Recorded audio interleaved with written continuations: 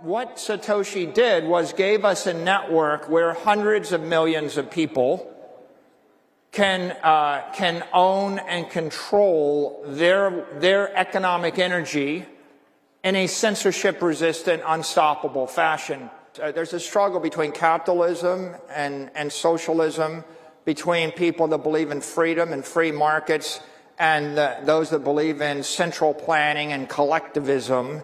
And if I'm a socialist, I want to take away your guns and your money. And Bitcoin is money that they can't take away. Bitcoin represents economic armor. When you put on the suit of armor, then no mayor, no government, no collectivist, no socialist can debank you. They can't take your money away. They can't impoverish you. Just like a gun is a deterrent, Bitcoin is a deterrent.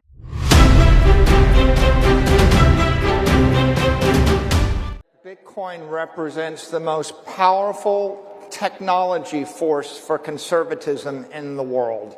And I don't know that that's fully appreciated, but Satoshi, many years ago, had this vision for sound money and sovereign money via technology, via modern cryptography, modern semiconductors, the modern internet. And that idea of giving economic power to the individual in the face of the overwhelming power of the collective, when you feel like the government's against you, the banking system against you, the currency is against you, big tech is against you, when you're the little guy, when you're struggling for freedom and struggling in the face of overwhelming power, you need some advantage. And Satoshi created this network that's based on two principles. One principle is integrity, and the other principle is sovereignty.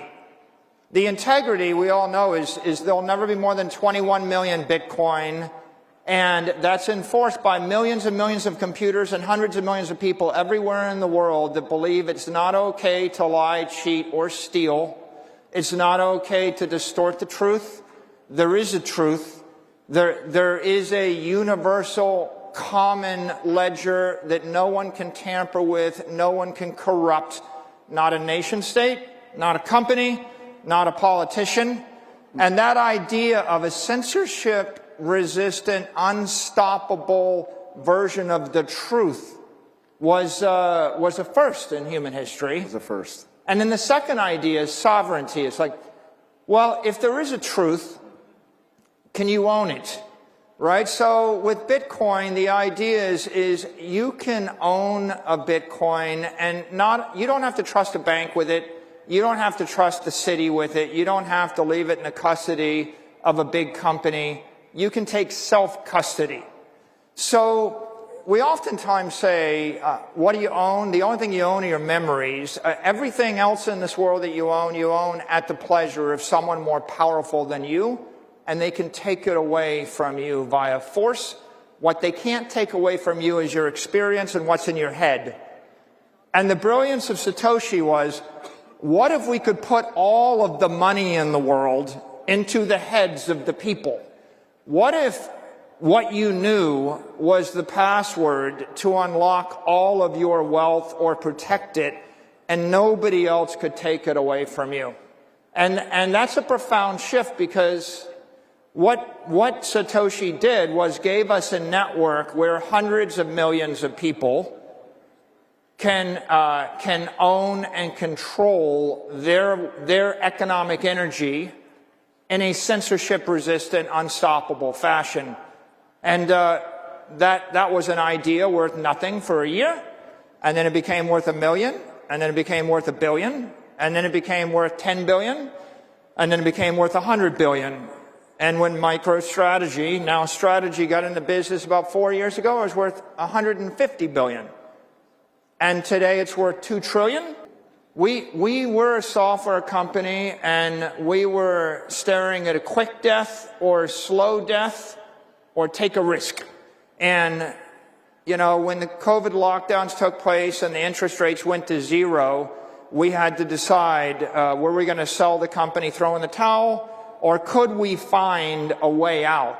And this is the challenge that 40 million companies in America have, which is if you're not one of the Magnificent Seven, if you're not Apple or Google or Microsoft, how are you supposed to compete in a world where trillion-dollar companies have all the power, big banks have all the power, big government has the power, and Bitcoin offered us the way out, because if you recapitalize the company on Bitcoin, you're not slave to the bank, you're not slave to the currency, you're not slave to the local politician that tells you what you can do and how you can use your money.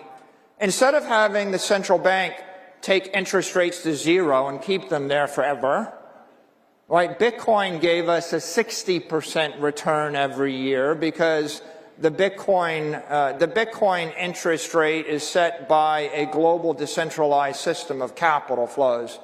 So my company was able to save itself. When we switched from the U.S. Treasury or the bond to Bitcoin, our market cap increased from $1 billion to $100 billion. And our enterprise value increased from $600 million to $105 billion.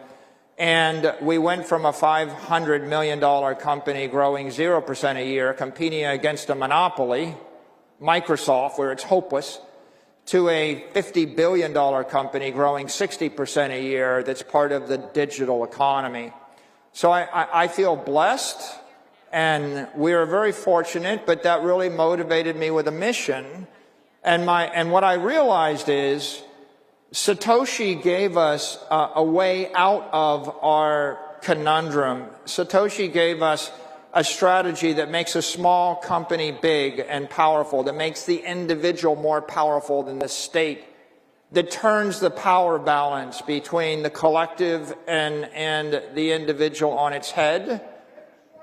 And the secret to that is this powerful worldwide network that puts the individual first, that's uncorruptible, that anybody can join, that gives you unfettered, uncensored property rights. Bitcoin literally represents the conservation of energy in cyberspace.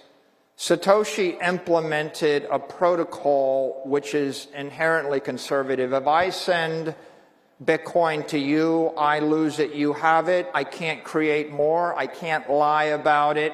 The thing that's beautiful about nature is conservation of energy. Conservative is based on natural law. It's based on the idea that if you just make something up which isn't true, you'll be punished. And the Bitcoin network represents that innate integrity and truth. So, you know, if you think about the world today, there's just an inherent force. There's a struggle between capitalism and socialism, between people that believe in freedom and free markets and those that believe in central planning and collectivism. And if I'm a socialist, I want to take away your guns and your money. And Bitcoin is money that they can't take away. Like, what freedom do you have if you have all of your money in a bank that can freeze it?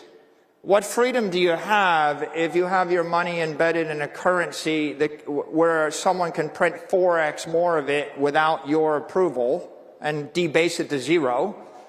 What freedom do you have if you own real estate in a city where the mayor can put rent control on it or expropriate it, or the governor can tax it away from your family? What freedom do you have if all your wealth is in a business where the government can tell you you can't operate, shut down your pipeline, tax your employees, tax your income, regulate your product? And the answer is, you only have conditional freedom until the government changes and they just take away that freedom. And then when they take away your wealth, when they take away your economic power, they're going to starve you to death, and then you've got nothing. So Bitcoin represents putting your economic wealth in cyberspace It's beyond the reach of the mayor, beyond the reach of the governor, beyond the reach of any nation state, beyond the reach of any other company that would do you harm.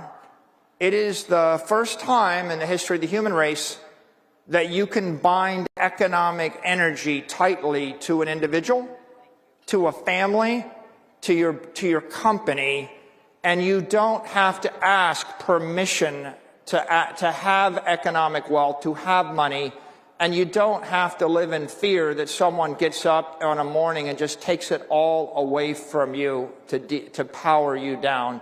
And so if I am conservative, I want a family, I want a company, I want freedom. Well, how are you going to pay for it?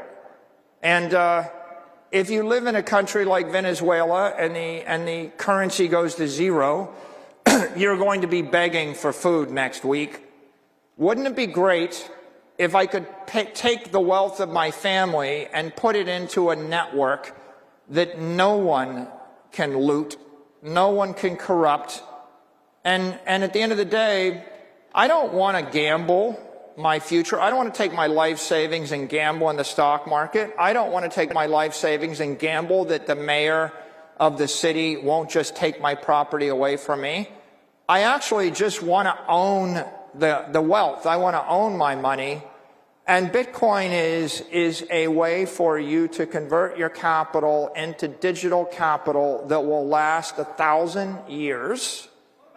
Your country will be, your company, your country, or your family will be wealthy for generations to follow. You don't have to live in fear. And when you don't have to live in fear, when you have economic independence, you can actually stretch your time horizon out, and you can build an institution, you can build your family, you can build a life for yourself. This nation became great because of the Louisiana Purchase. We bought a third of the country from Napoleon for a few $1 million.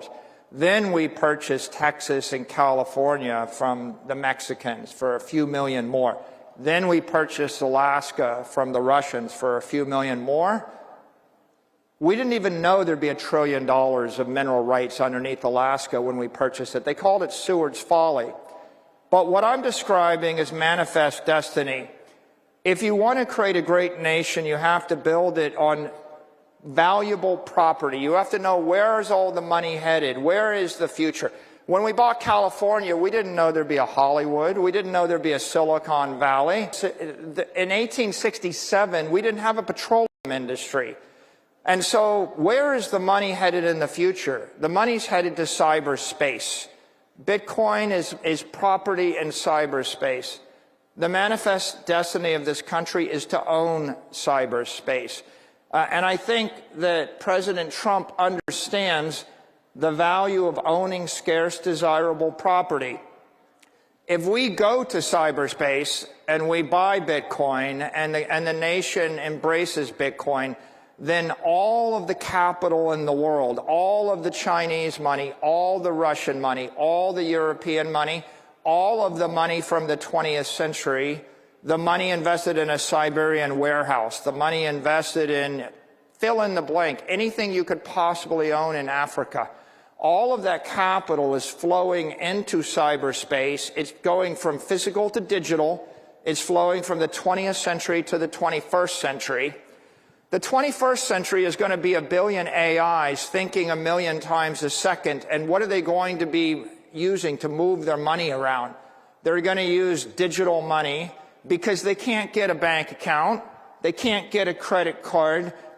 I have to approve my wire transfers from my bank once a week. It takes about 20 minutes, and they ask me on the phone whether the money should move. We've been doing it that way for 50 years.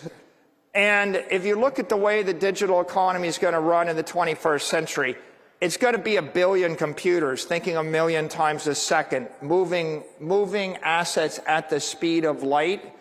Bitcoin represents digital capital.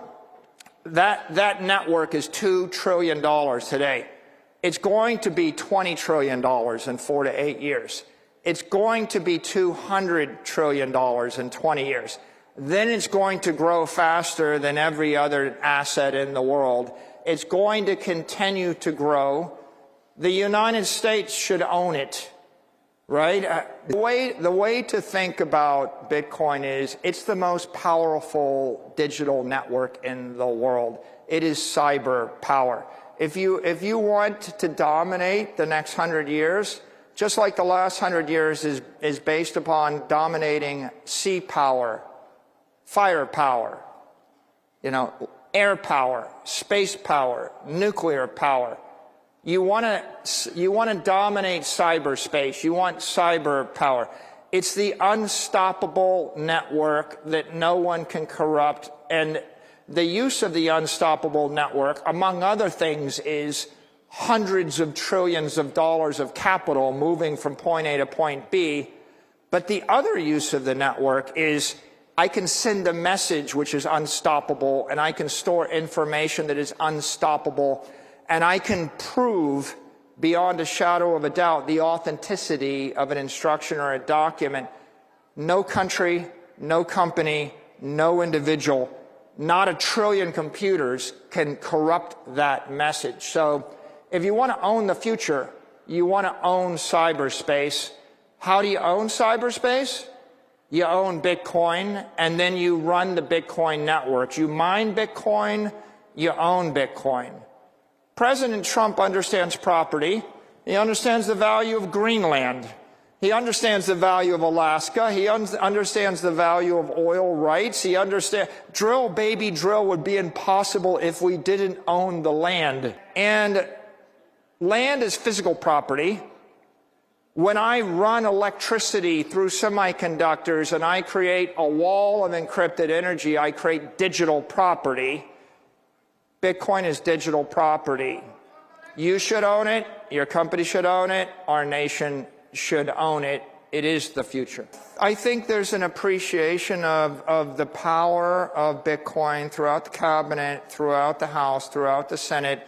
There's going to be a political process by which we build consensus with the White House, the Senate, and the cabinet, and find the right way through. But, what I would say on this topic is the U.S. could own 20% of the network like that for free. The dollar would strengthen, the nation would be enriched. And the real promise is if you own 4 to 6 million Bitcoin, you're going to pay off the entire national debt. You're going to neutralize it. We can generate a $50 trillion to $80 trillion benefit to the United States people, to the citizens, to the taxpayers, and we can do it simply by seeing the future. It cost $6 million to buy Alaska. The payoff was $1 trillion. Just like right now, you can literally buy it for a song and dance. That's the opportunity. The risk is that you wouldn't want the Saudis to buy it first, or the Russians or the Chinese or the Europeans. And there's only room for one nation state to buy up 20% of the network. And obviously, I think it should be the United States. I think it will be the United States. It's a way for us to enrich ourselves and emerge as a creditor nation in a matter of a decade. It's also a way for us to ensure that we're the economic leaders in cyberspace and the digital economy for the next 100 years. And if we do that, every one of our allies will follow us, and then all of our enemies will end up having to buy into the network once it passes 10 or 20 million a coin, and they will enrich us. I think the key thing to keep in mind right now is that Bitcoin is a commodity. It is an asset without an issuer. There is no company, no individual, no country, no entity that can corrupt it. It has reached escape velocity. It has gotten to the point where it is basically a freedom virus, a truth virus, a monetary virus. It has been embraced by $1 trillion of smart money. That is, $1 trillion of real money has been invested in the network. It is 99% of the digital power on Earth. It's fairly unstoppable. And so if you're going to capitalize a company or a country, you want to capitalize it on property or a commodity or a network which is beyond the point where anybody could change the nature of it. And so that makes Bitcoin the most certain thing in the digital universe. What I would say to everybody in this room is if you want freedom, if you want liberty, if you want to live your finest life, you're going to need economic power. You need physical power, you need political power, but you need economic power. Bitcoin represents economic armor. When you put on the suit of armor, then no mayor, no government, no collectivist, no socialist can debank you. They can't take your money away. They can't impoverish you. Just like a gun is a deterrent, Bitcoin is a deterrent, because if you have wealth in Bitcoin, you have the option to move it to any jurisdiction, and you can keep it, and no one can take it away from you by a force of violence, no matter where you are on Earth. And so Satoshi gave us an opportunity. I hope I intrigue all of you with the opportunity, and you go do the research and determine for yourself how you benefit from it. But I just leave you with the thought that Bitcoin is economic armor.